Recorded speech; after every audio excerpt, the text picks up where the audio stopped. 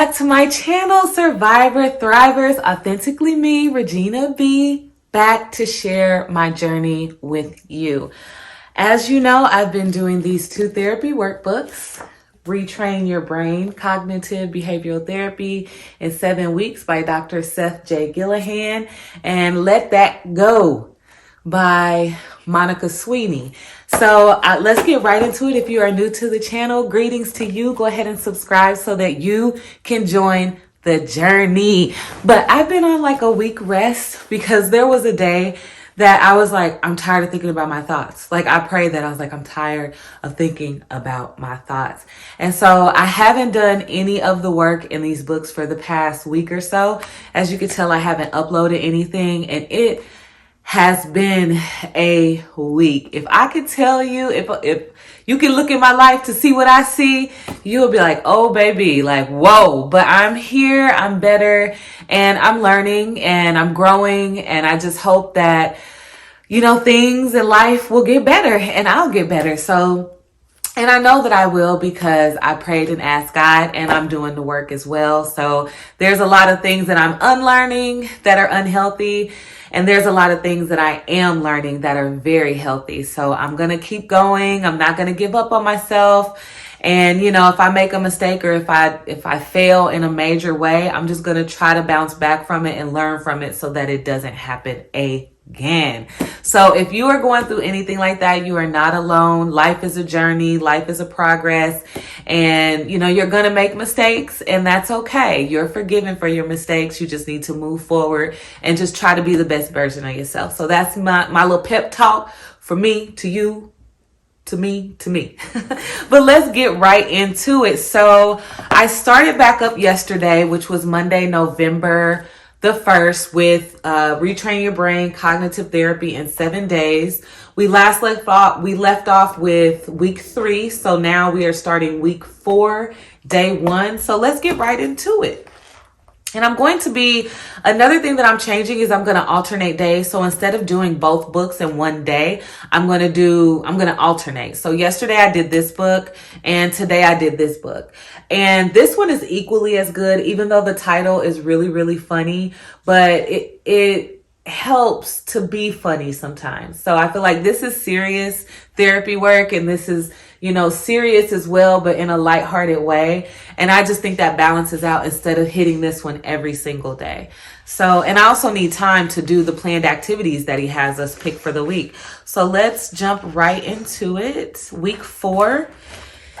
So week 4 is breaking negative thought patterns. That is what we're going to jump into. This is day 1. Let me open up what I wrote. Get back here. Okay. Put that there. And I just want to say thank you so much to my subscribers. Thank you for your support. Just knowing that someone or anyone is watching these videos, and maybe it's inspiring you, or maybe it's just making you feel less alone and you're struggling in your journey. I greatly, greatly appreciate it. Want to shout out my day 1 CD.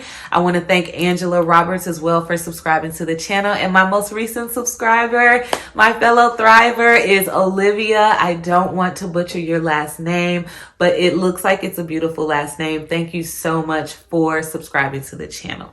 So breaking negative thought patterns, week 4. It says, welcome back. In week 3, we continue planning activities to add into your life. You had 4 activities planned for the past week. In the space below, summarize what went well with the activities. So what did I say? So I just kind of broke it down through the activities. So one of the things that I wanted to do was sign up for a yoga/Pilates class. And I wrote, I did it. Due to unforeseen circumstances, I had to do the class via Zoom, but I did it. I signed up for a Pilates class. Thankfully, they had 1 week free and virtual options. The class was all levels and 60 minutes long. I was nervous at first, but once things got started, I was relaxed. The instructor was awesome, so I'm glad I committed and didn't let anything stop me. Meaning that unforeseen circumstance that happened, which I may share with you guys, but may not. It's kind of private and it involves someone else. But yeah, it was like a really not so good night. And I still got up and did the Pilates class, even though I wasn't feeling like my best self, but I did it. So the next thing was help my neighbor. I wasn't able to attend her event. However, I was able to be there for a friend. We had an awesome conversation, and by the end we were laughing. And so it was awesome to be there for someone that I love and feel like I helped. Yes, my very, very good friend called me one day and she really needed to talk. She was really upset about a situation, and her and I are actually going through similar situations. So it was just nice to talk to her and just share different scriptures, share different things that we've learned in our prayer life or journaling or through doing this. And by the end of the conversation, she was laughing, I was laughing. She was starting to work on somebody's head because she's a cosmetologist. And, you know, it was great. And I felt great after I got off the phone, like, cool, I helped a friend. The third thing I said was do a long run outdoors. And I said done yesterday, which was Sunday, October 31st, Halloween. But that was 2 days ago because today is Tuesday. So it says I did a 5K outside at the track. I earned 2 badges, the 5K on a Sunday, and the Halloween run badge. I wanted to do a much longer run, but it was Halloween, so I had to be considerate of the kiddos. It was challenging not going to front. I ran at the track and it was so windy going down one leg of the track. It just felt like the wind was against me, a metaphor to how my life has been, especially lately. Yeah, like lately I've really felt challenged. Like I really felt like challenges just coming back and forth, and I really was like, am I losing my mind? Like I had to go and talk to someone because it was just like I don't understand what's happening to me really. And it was good. You know, the conversation that I had with the therapist was really, really well. He just let me know that I'm not experiencing anything that is not normal to my circumstances, to put it fairly easy. But as I was running, I was just like getting a little emotional, especially when I was running into the wind, because I was like, Lord, this is challenging and it just feels like the wind is against me. And then I'm like, and this is how I feel in my life right now. Like I feel like everything is against me. The more that I'm trying to my tattoo, be ye transformed by the renewing of my mind, it's like the more things I feel are coming at me, challenging me in ways that I'm not so strong at yet. So, but yeah, I was really glad that I accomplished the run though. So, the next one was find a book. I didn't find a book on filming, but I did start this book about Ethiopian runners out of thin air, and I've completed 2 chapters and I really enjoy it. It's very interesting and relaxing. Yeah, I thought I brought it over here. I was going to share it with you because there's this really awesome saying in it that I want to say at the end of my videos, but it's really interesting how Ethiopian runners and African runners view running. And I can see why they are elite athletes. I can see why they are always winning marathons, because they have this mindset of you can be changed. And so they look at running like, not like it's something for physical health or anything, but it's just being a runner and being able to run a marathon to them shows that a part of your character, a part of your inner man is someone who can be changed. And I feel like some people don't think they can be changed. I know I want to be changed. I want to be changed, and I just love that. But anyway, so next it says, was anything different than you expected? Any challenges you ran into or pleasant surprises? And I said, I ran into a lot of challenges, some in my control, some out of my control. It feels like the more growth I have, the more challenges come my way, which is frustrating. But it does give me an opportunity to put into practice what I am learning. But again, it's a challenge. Pleasant surprises, not to overthink things, to go with the flow, say less, it's more, I'm brave. Thoughts are just thoughts. So yeah, that was my pleasant surprise. Like, just don't overthink situations. When you start overthinking it, a lot of times, because I haven't gotten to the other side of replacing my negative thoughts with positive thoughts, a lot of times if I'm overthinking, it's negative thoughts. And when those negative thoughts start to overwhelm me, I become very reactive. And some might say I overreact or I act very rashly. So that's something that, I noticed about myself that I'm looking forward to overcoming. And then he says, what did you learn from these activities that you can apply in the upcoming weeks? And so, again, going back to what I said before, I kind of answered that there, to not overthink things, to go with the flow, say less, it's more, I'm brave, thoughts are just thoughts. So I think this was the last one, actually. And I didn't have any pleasant surprises because I just put ... So that's how, what did it say? What did you learn from these activities that you can apply in the upcoming weeks? Yeah. So not to overthink things, to go with the flow, say less, it's more, I'm brave, thoughts are just thoughts. So those are my 3 answers. I didn't have really any pleasant surprises other than the fact that I really enjoyed the Pilates. When my son was younger, I used to do Pilates and yoga a lot, like every day. Now I do yoga more because I have the Nike Train Club app. But I have been out of practice of Pilates for a really long time. So when I did the class on Zoom, I was pleasantly surprised that I wasn't, I wasn't that bad. I was pretty good. Now, the next morning, I was in pain. Like everything hurt. My arms was hurting. My abs was hurting. Legs was hurting. Anyway, based on your experiences last week, choose 5 activities from your list and follow the same procedure as in the past week. Scheduling days and times to complete the activities. Choose from your more challenging activities, which are rated as 2s and 3s, if they seem doable. If there were activities from last week that you did not complete, do you still believe they are worth doing? If so, consider ways to raise the odds of completing them, such as breaking them down into smaller tasks. See page 80, Raising the Odds, to review as needed. Write your 5 activities on the next page. So you guys know I don't write in this. I try not to. I write in this.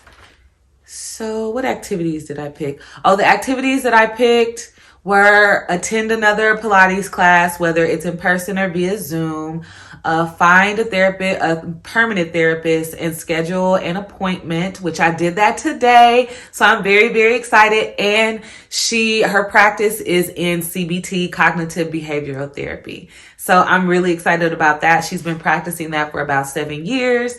The third thing I put was clean my bathroom and vlog, which I'm doing it now. I'm vlogging a little bit now. And 4 is to go to a church on a Wednesday or on a Sunday. I haven't visited a church in a really long time. And I think I just need to start doing other things outside of being a mom and, a stay-at-home mom. I need to start getting back into things that interested me. And I didn't pick a 5, but what would I say would be 5? 5 would be to share with you guys and upload these videos. So let's do that.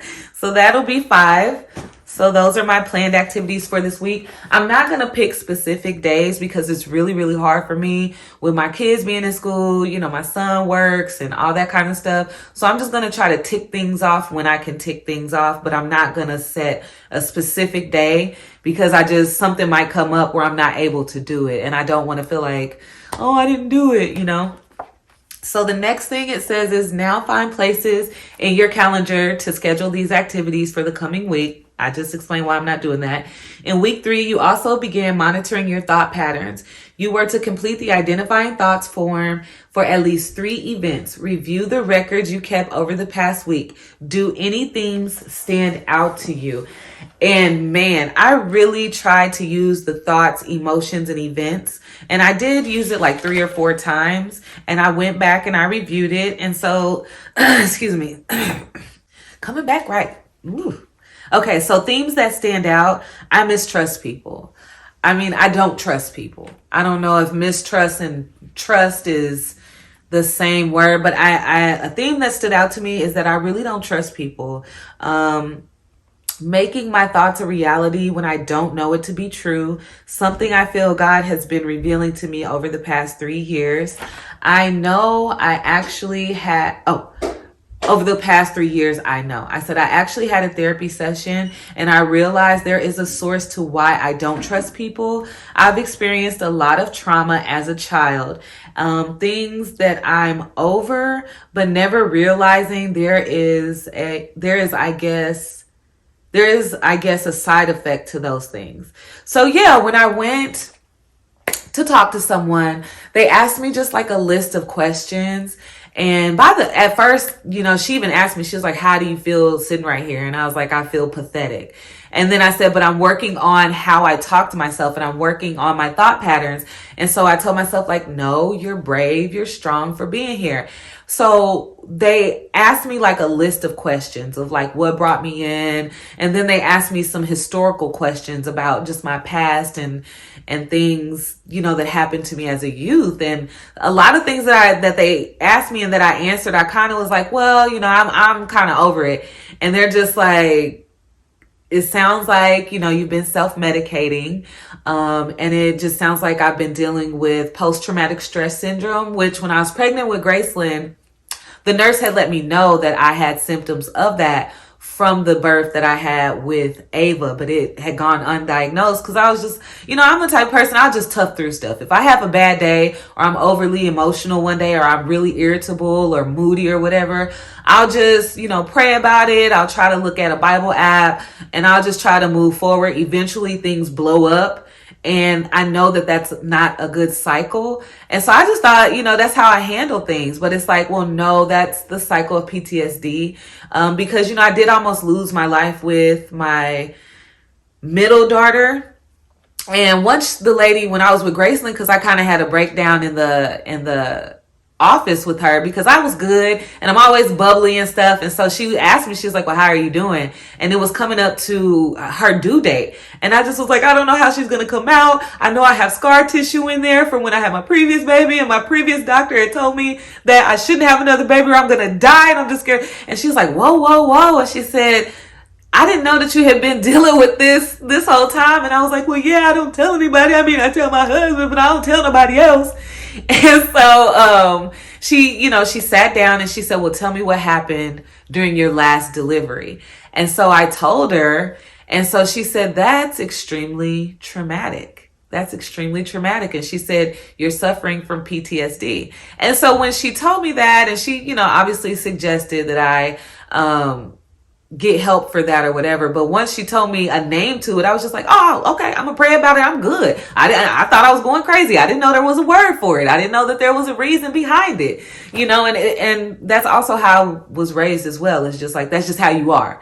And it's just like, well, you're that way for a reason, not like out of the clear blue sky. You just, So anyway, I ended up leaving feeling so much better. Like, wow, like, there really is nothing wrong with me. It's just a series of situations that have happened that haven't been effectively dealt with. And now it's time for me to partner with someone that can help me effectively deal with these things. So anyway, that is a long-winded way, I believe, of answering what he said. But yeah, those are the themes that stand out. Like, I just don't trust people. And I remember when I was talking to the lady and I told her that because she was asking me like, do I ever suffer from paranoia? And I'm like, well, I'm not paranoid, but if I see somebody outside the window, I'm not like, oh, there's a person walking. I'm usually like, what they doing? And so she was like, no, that's definitely from some of the experiences I told her that I had as a child, which I may share some of them with you. I feel like a lot of them surprised her and she tried to keep her composure, but I was like, I saw that look on your face when I just told you that. You like, whoa. And I'm like, I mean, I don't have no problem with sharing things that happen to me. Like, it's a part of my testimony. I'm still here. I'm still standing. I may have a little bit, some broken crack pieces in there, but the light shines through in the broken places. So anyway, but today, which was Tuesday, November 2nd, I did Let That Go by Monica Sweeney. So that was yesterday. I have not worked in this book today. I only did this book today. And it was Pump the Damn Brakes. Functioning on autopilot or jumping every time someone tells you to is one of those habits that could use a nice dose of Not right now. Right there. That's what she says. Not right now. When you're being pulled in a stressful direction, the pace is too fast, or something is starting to deplete your fuel, take a breath and say no.